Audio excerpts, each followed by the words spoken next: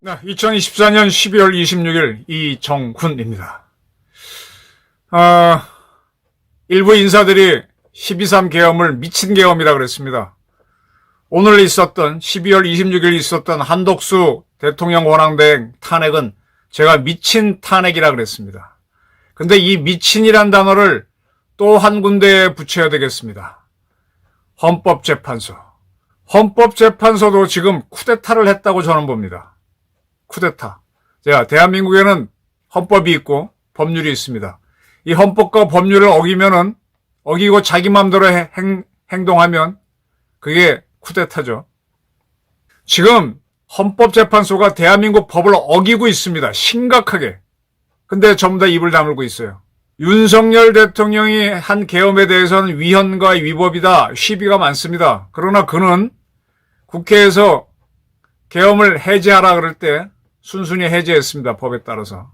그럼에도 불구하고 불법이다라고 하면서 내란위로 몰고 가는데 지금 대한민국 헌법재판소는 아주 공공연하게 법을 어기고 있음에도 전부 다 입을 싹 씻고 있습니다. 미쳐 돌아가고 있습니다. 대한민국 헌재가 미쳤고 대한민국 국민이 미쳤습니다.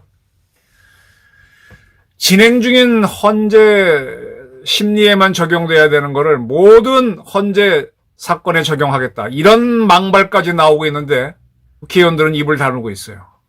국회도 미쳐 돌아가는 것 같습니다. 오늘 한덕수 총리가 국회가 합의하지 않은 헌법재판관은 대통령 권한대행으로서 임명하지 않겠다라는 담화를 발표했습니다. 그는 이렇게 얘기했죠. 우선 정치를 좋게 얘기해 줬습니다. 우리나라가 걸어온 길을 돌아보면 이보다 큰일이 닥쳐도 이보다는 이번에 12.3 계엄 사태겠죠. 우리는 늘 넘어서고 또 넘어섰습니다.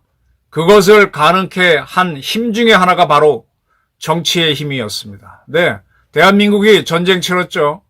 그리고 현역 대통령이 술 마시다 자기 측근에 의해서 그것도 가장 가까운 중앙정보부장에 의해서 암살되는 11.6 사건도 겪었습니다.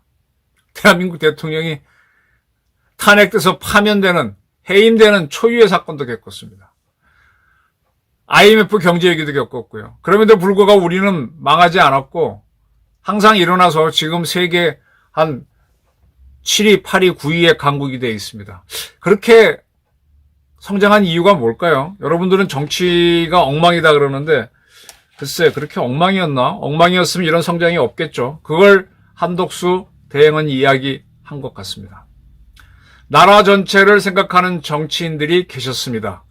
정치로 풀어야 할 일을 정치로 풀어주시는 큰 어른들이 계셨기에 이만큼 왔다고 생각합니다.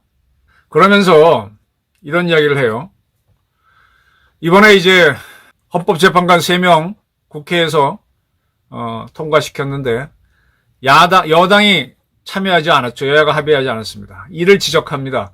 여야가 합의하는 과정이 반드시 필요한 이유는 법리 해석이 엇갈리고 분열과 갈등이 극심하지만 시간을 들여 사법적 판단을 기다릴 만한 여유가 없을 때 국민의 대표인 여야의 합의야말로 민주적 정당성을 확보하고 국민의 통합을 이끌어낼 수 있는 마지막 뚜기이기 때문입니다. 네. 법리 해석이 헷갈릴 때고 사법적 판단을 기다릴 수 없을 때는 국민의 대표인 여야에서 합의를 하는 게 제일 좋지 않느냐. 그걸 해달라. 그게 마지막 뚜기니까 해달라라고 요구했습니다. 그러면서 여야는 한 달 전까지는 지금과 다른 입장을 취했고 이 순간에는 또 정반대로 대립하고 있다라고 했는데 요거는 제가 좀 이따 설명드리겠습니다. 그리고 그는 한덕수 대행은 자기의 역할을 이렇게 규정했어요. 불가피한 비상사태가 벌어지지 않는 한 대통령 권한대행은 대통령의 고유 권한 행사를 자제하고 안정된 국정 운영에만 전념하라는 우리 헌정 질서의 또 다른 기본 원칙을 지켜야 되는데 자기 보고 이 국회가 통과시킨 야당이 단독으로 통과시킨 재판관을 임명하라는 거는 이 기본 원칙을 훼손할 우려가 있다라고 그랬습니다. 그러면서 나라를 위해 때로는 고집하고 때로는 타협하는 정계의 거인들을 기대한다고 하면서 이재명, 국회의장 우원식, 그리고 권영세 국힘당 비대위원장 후보를 거론했습니다. 자, 그런데 제가 아까 우리 헌재가 지금 개판이라고 그랬습니다. 조금 설명을 드릴게요. 이 부분을 굉장히 놓치고 있는데 대한민국의 헌법재판소법이 있습니다.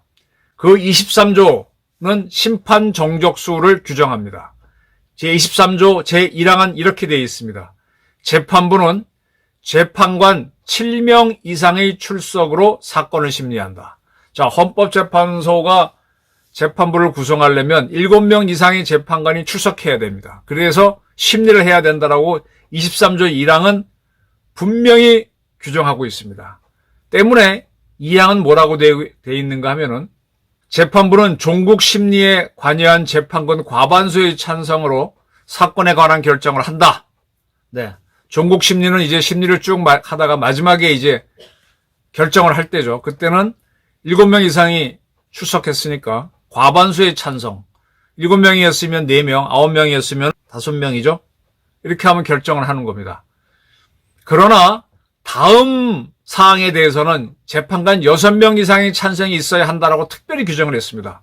그러면서 1. 뭐라고 했는가 하면 법률의 위헌 결정, 탄핵의 결정, 정당 해산의 결정 또는 헌법소원에 관한 인용 결정, 탄핵을 결정하거나 위헌을 결정할 때는 6명 이상이 찬성해야 된다 하고 분명히 규정했어요. 이게 대한민국 법률이에요. 이번에도 윤석열 대통령이 12.3 개헌을 한 게 개헌법과 헌법에 어긋나느냐 안 뜨냐 이게 계속 문제가 돼서 국무회의 제대로 열지 않은 부분, 부서 안 한 부분 때문에 법을 어겼다.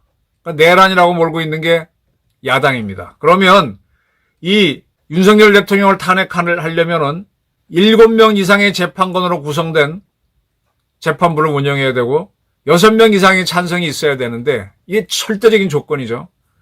7명 이하의 재판관으로 열면 안 됩니다. 열겠다고 하면 문제가 되는 거죠. 네? 그래서 지금 막 통과를 시켰는데 한덕수 총리는 그렇게 하는 건 아니다. 지금 사법부도 기능 못하고 아무도 못하고 시간이 없고 하니까 국회에서 여야 간에 합의를 해달라고 이제 하면서 발표하니까 이분을 탄핵하겠다 그랬습니다. 자, 그런데 이러한 사건이 있었어요. 지금 하도 대한민국 정치가 빨리 흘러가니까 이진숙 씨를 윤석열 대통령이 방통위원장에 임명했었죠. 그런데 민주당을 포함한 야당이 볼때같이 일어나서 탄핵을 했습니다. 탄핵 소추를 했습니다. 그래서 이제 탄핵 심판이 시작됐는데 그때는 9명의 헌법재판관이 있었어요. 그래서 이제 10월 달에 이제 헌법재판소에서 이진숙 심리를 했습니다. 그런데 그거 한 번 열고 두 번째 열 때쯤인가 문제가 된 게 조만간 그때는 이제 10월 17일이죠. 헌재 소장 이종석, 헌재 재판관 이영진, 김기영 이 사람이 10월 17일 날 임기 만료로 퇴임하게 돼 있었습니다. 그러면 세 사람이 빠지니까 6명이 되니까 야 이거 헌재를 계속 재판을 못하는 거잖아요. 법상으로 아까 보게 되면. 그래서 후임을 뽑아달라. 이 후임은 국회에서 뽑아줘야 되는 거예요. 이 세 사람 몫은. 그런데 이 국회가 뽑아주지 않은 거예요. 이때는 누가 뽑아주지 않았는가 하면은 민주당이 뽑아주지 않았어요. 왜 그랬느냐? 이 헌재를 열면은 이진숙 씨가 탄핵되는 게 아니라 탄핵 안 돼서 다시 돌아와서 방통위원장 할 게 분명했거든. 그러니까 그때는 이들이 안 해줬습니다. 그래서 17일 이후에는 6명의 재판관이 되면 헌재를 심리를 못 해가잖아요. 그래서 이진숙 씨 측에서 가처분 신청을 했어요. 정확한 말은 10월 8일 날, 10월 10일 날인가? 원래 10월 8일 날 이제 이진숙 탄핵 심판 두 번째 심리가 열렸을 때 그때 이 재판관이 10월 12일 날부터 이제 변론이 시작되는데 지금 조만간 3명이 빠져나갈 거니까 이거 재판 법대로 하면 못 연다. 양쪽은 어떤 대안이 있느냐라고 하니까 이진숙 씨 측에서 10월 10일 날 헌법소원과 가처분 신청을 냈습니다. 그래서 뭔가 하면은 자 이거 내 거 심리한다고 하다가 이거 심리 안 하면 재판관 부족하다고 심리 안 하면 나는 내 권리를 뺏기는 거 아니냐. 나 재판받을 권리가 있는데 하고 신청을 하니까 헌재가 이걸 받아줬어요. 가처분을 받아줬어요. 그때 뭐라 그러는가 하면 이 가처분 신청을 거부해버리면, 기각하면 절차를 제때에 진행하지 못해 신청인은 이진숙이죠.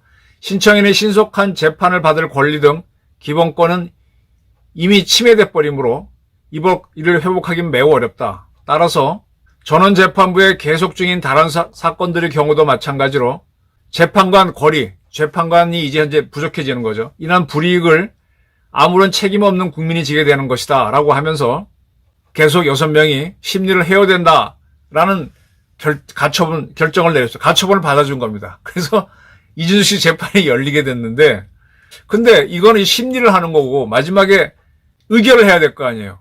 결정을 내려. 그 결정은 6명이 찬성해야만 된다 그랬거든. 그럼 6명 재판관 전혀 참석이 어려우니까 이게 심리 정적수도 맞아?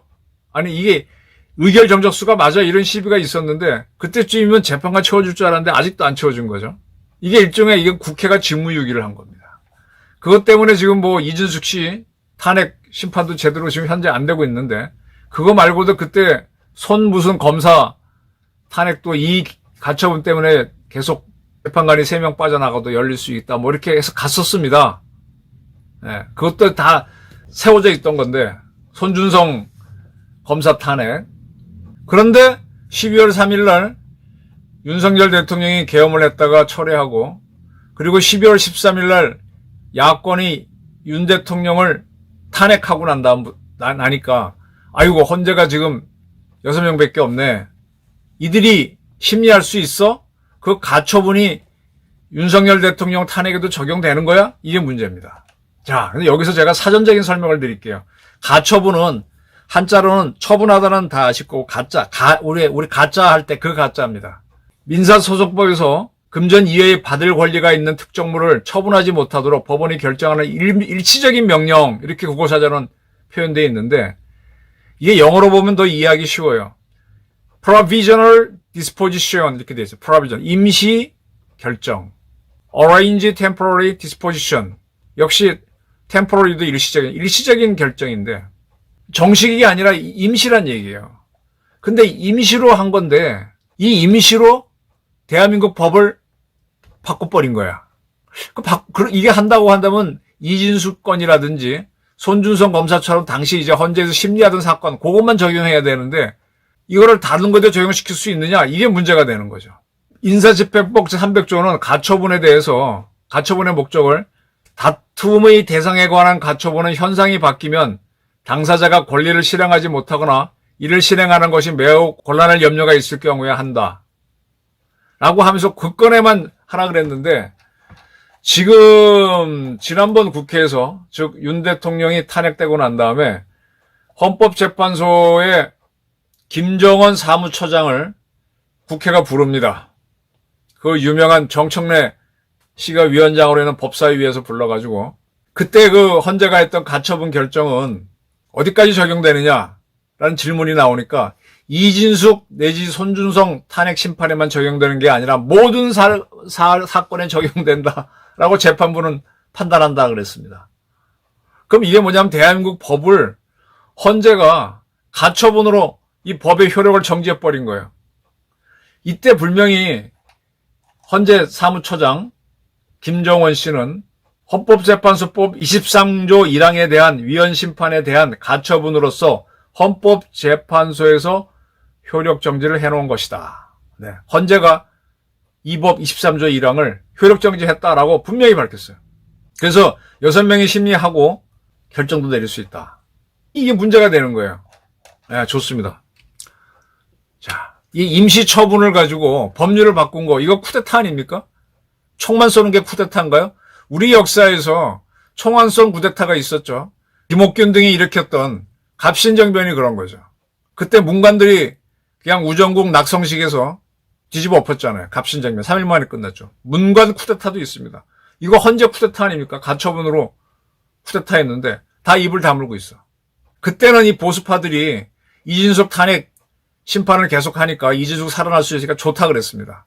근데 그때는 야당이 그러면 죽으라고 말렸어야 되는데 지금은 또 바뀌어버렸어요. 그래서 6명으로 헌재는 열지 못한다라는 게 누구의 입장인가 하면 지금 헌재가 뭐 자료 내라, 공수처가 수사에 응하라 해도 일체 대응하지 않는 윤석열 대통령의 입장인 걸로 보여요. 6명은 헌법재판소상 못한다. 가처분을 갖고 하는 거는 이거는 쿠데타다. 내가 했던 것도 쿠데타라고 하는데 이거 쿠데타 아니냐라는 걸 깔고 지금 버티는 걸로 보입니다. 그런데 지금 3명은 국회가 급히 선출을 했는데 여야 간에 합의가 안 된 거죠. 그전에도 박근혜 대통령 탄핵할 때 민주당은 여야 합의 안 됐다고, 그리고 여야 합의가 된 재판관이었지, 한 명 더 하는 건데 그거 대통령 권한대행은 임명하면 안 된다. 박근혜 탄핵 심판 끝나고 난 다음에 임명하라 그래서 박근혜 대통령 파면되고 난 다음에 황교안 권한대행이 임명한 적이 있습니다. 그러니까 이제 한덕수 총리 대행은, 대통령 권한대행은 여야 합의를 해오면 내가 임명해 줄게 이러는 겁니다. 헌재의 가처분 신청이 법을 정지시킨 이 사건, 이 쿠데타라고 저는 봅니다. 근데 아무도 얘기를 안 해. 이러면 헌재가 하는 결정은 누가 판단해 줍니까? 우리 법원들이 한 판단이 문제가 있다 그러면 헌재에서 해주는데 헌재가 틀린 판단은 누가 결정해 주나요? 자기 마음대로 하나요? 야, 이게 무슨 당나라야? 이상하지 않아요? 지금 대한민국 지금 모든 게 엉망입니다. 모든 게 엉망입니다. 어떻게 가처분, 임시 결정이 본질을 바꿉니까? 임시로 바꾸는 게 힘으로 바꾸는 쿠데타지. 이번에 계엄한 거를 쿠데타라고 규정하는 게 민주당인데, 가처분으로 대한민국 헌재법을 효력정지시키는 게 이게 맞는 거예요? 그리고 그거를 가처분 신청 낸 이준숙이라든지 그때 심리 중이던 손준성 검사가 아닌 새로운 윤석열 대통령 탄핵 사건에도 적용시킨다는 게 이게 맞나요? 대한민국 근본이 흔들리고 있습니다. 헌재부터 바로잡아라. 헌재의 불법 쿠데타. 이걸 신랄하게 비판해야 됩니다. 감사합니다.